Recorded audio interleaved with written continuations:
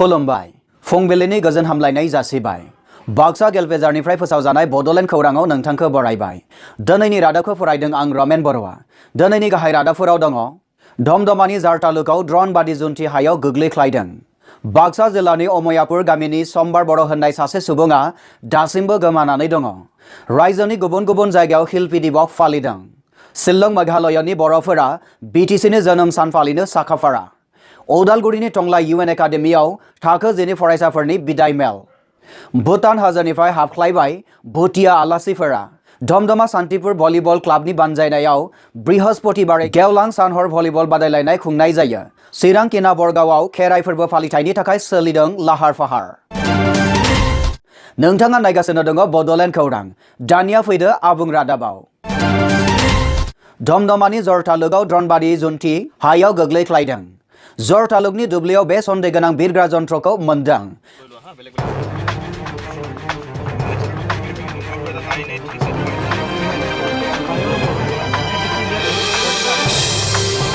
बेलासे समाव दुब्लिनिफ्राय मोसौ लायनो थांनाय सासे मानसिया नुसनो बै ड्रनबादि बेसादखौ बेनि उनावनो ओनसोलाव हाखा दावरा जायो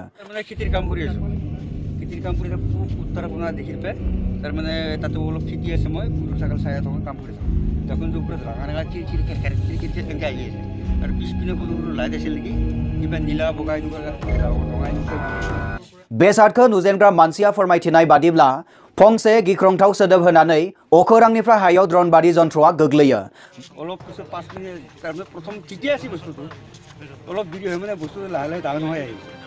মই আৰু চিন্তা কৰিলোঁ কিনো এখন হেলিকপ্টাৰে মানুহ নাই নাওমান হেলিকপ্টাৰ এখন 5 মিনিটমান পিছত একদম মোৰ ওচৰ মানে ইমানেই নাম কৰি এনেকুৱা এটা চাউণ্ড উঠিছে হাংকে উঠি জানো কি মধে কোবাইছে মই চব খাই উঠি পেলাই আমাৰ এই লাৰুৰ গাই এটা আছিল কাষত মই বোলো গাইটো মৰিল মই এডাল টাকা নলৈ বোলো এখন গুচাই হ'লে গাইটো বাচাম लोगो लोगोनो गामिफोरखौ खौरां होयो आरो जार तालुकनि नामघरनि सिथ्लायाव लानानै फैयो मोनथिनो मोनै बे जन्त्रखौ नायनो फैनाय मानसिनि होंगो दोंगो नुनो मोननाय जायो তাৰপিছত চাং যে গাই অলপ দূৰত আছে যাং যে আগে দিয়ে নুচিডাল কিবা ধোঁৱা লহান আছে আমাৰ মাজত কিনাৰে দাউৰ মই টাকাডাল এৰি কৰি পেলাই এনেকৈ চাই পেলাই আমাৰ মহেন কাই উৰুৱান বাগিছে তাক উঠি আছোঁ উলুখি যাওঁ তাৰপিছত আমি ব্যৱস্থা কৰোঁ আৰু মাষ্টৰ কাই দেখা পাইছোঁ মনত তই কাষত নাচবি দূৰত থানা ফোন কৰি যিখিনি জেগাত আছিল সেই জেগাখিনিৰ নাম কি মই এইখিনি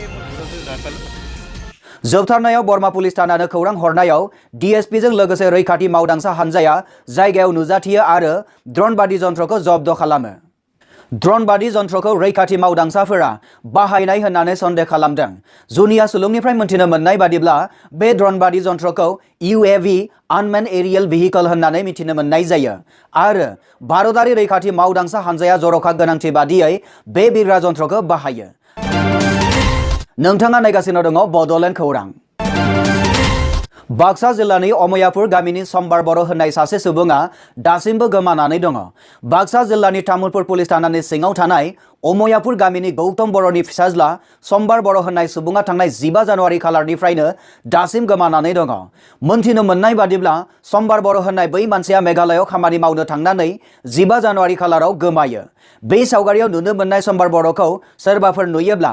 763792 जानबुं नम्बराव खौरां हरनो थाखाय खावलायदों गोमानाय सुबुंनि गामिनि जायख्लं बर' बिथाङा नोंथाङा नायगासिनो दङ बड'लेण्ड खौरां रायजोनि गुबुन गुबुन जायगायाव शिल्पी दिवस फालिदों थांनाय 17 जानुवारि खालाराव रायजोनि गुबुन गुबुन जायगायाव शिल्पी दिवस फालिनाय जायो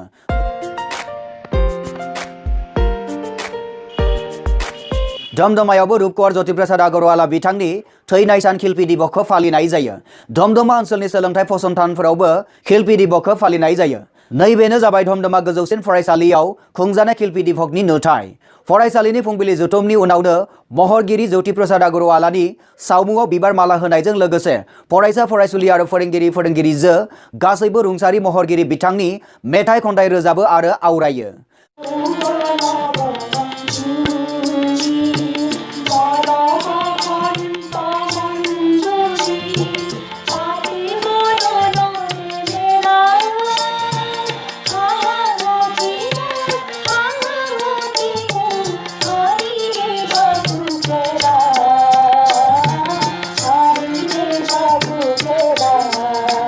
फोरोंगिरिफोरा महरगिरि बिथांनि सायाव सुंद' बिबुंथि लाखियो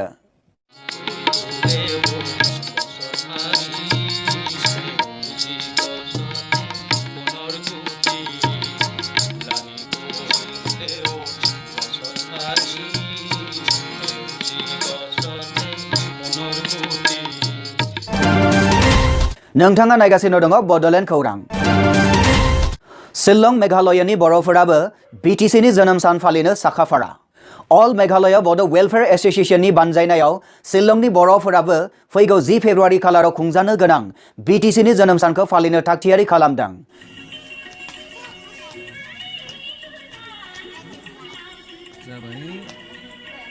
मोनथिनो मोननाय बादिब्ला BTCनि जोनोम सानाव मोसानानै दिन्थिफुंनो थाखाय सा 20 बर' आइजोफोरनि मोसाखावरिया बर'नि मुंसे मोसानायखौ सर' खालामगासिनो दङ।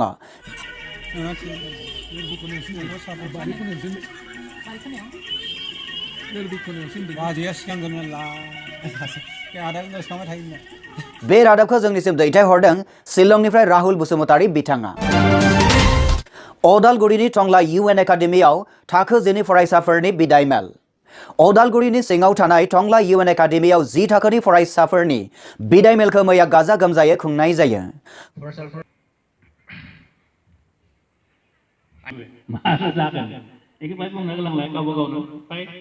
खुंजानाय बिदाय मेलाव गाहाय आलासि महरै बाहागो लाफैनो हादोंमोन मिरु बड' साहित्य सभानि मानगोनां मुस्रि कामेश्वर बर' बिथांजों लोगोसे टंला आन्चलिक एबसुनि आफादगिरि मुस्रि कबिन बर' बिथांमोना।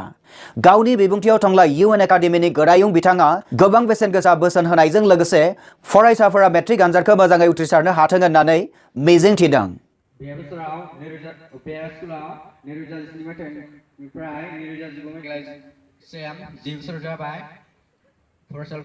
टंला दखरा एबसुनि आफादगिरि बिथाङाबो जोबोद बेसेन गोनां बिबुंथि लाखिनायजों बिदाय मेला थुंगे होनना जोंनिसिम खौरां दैथायहरदों टंला आन्चलिक एबसुनिफ्राय कृष्ण बर' बिथाङा। भुटान हाजोनिफ्राय हाबख्लायबाय भुटिया आलासिफोरा। 17 खालारनिफ्राय जागायजेनबाय भारत भुटान बिसुखे मेला। बाक्सा जिल्लानि सुबुनखाटायाव बिसुखे मेला।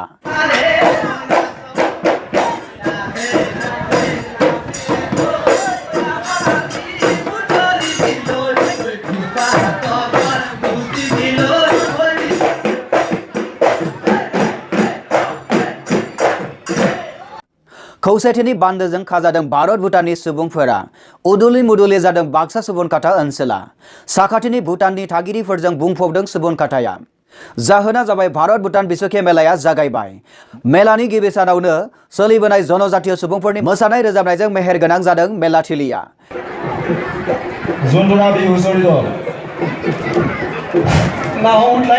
गंनैबो हादोरनि गेजेराव गोरोबलायनायखौ बांसिन राफोद खालामनो थाखाय सुबुनखाटा मागो मेला खुंफुं आफादा खुंबोबाय थागासिनो दङ बे मेलाखौ।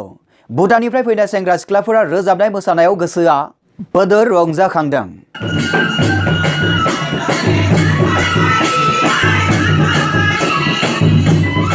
खालि भुटियाफोरनिल' नङा बर' राभा खरनिया कसारि आदिबासि गरखाफोरनि मोसानाया बयखौबो मुहिहोनो हादों।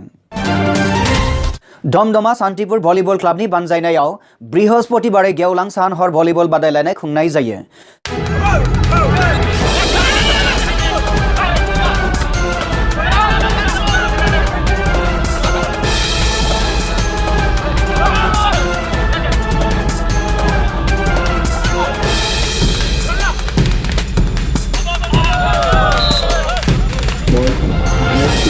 सान्तिपुर तरुण खंगनि सिथलायाव खुंजानाय अरबिन्द दास आरो खरगेश्वर राजबंशीनि गोसोखांथियाव खुंनाय प्राइज मानि बादायलायनायाव आसाम हादोरसा मोब्लिब परिषद, Bajali volleyball club, city volleyball club, Nalbari volleyball club, Sarbhog क्रीड़ा खन्था, बिजनी भलिबल क्लाबफोरखौ हमफानानै रायजोनि गुबुन गुबुन जायगानिफ्राय गोबां भलिबल बादायारिफोरा बाहागो लाफैनो हादोंमोन। गेलेमुखौ नायनो थाखाय गुबुन गुबुन जायगानिफ्राय गेलेमु मोजां मोनग्राफोरा बुंफबफैदोंमोन।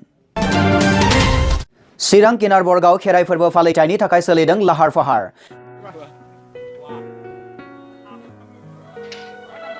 मागो दाननि 3 खालार एबा जानुवारि दाननि 18 खालाराव बे खेराइ फोरबो फालिथायखौ खुंनाय जायो होनना जोंनिसिम खौरां दैथायहरदों चिरांनिफ्राय बिजु बसुमतारी बिथाङा।